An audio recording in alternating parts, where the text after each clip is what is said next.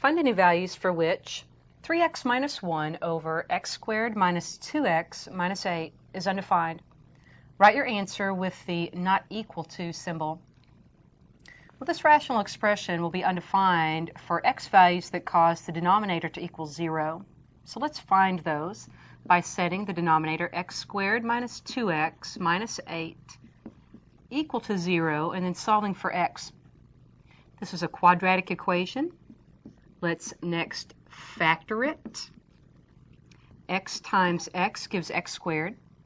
Factors of negative 8 that sum to negative 2 are a negative 4 and a positive 2.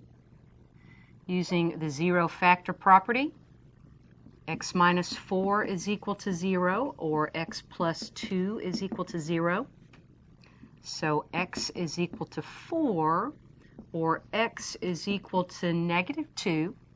So notice that if we substitute 4 or negative 2 into the denominator, that will cause a 0 denominator. Therefore, let's write our answer as x cannot equal 4 and x cannot equal negative 2.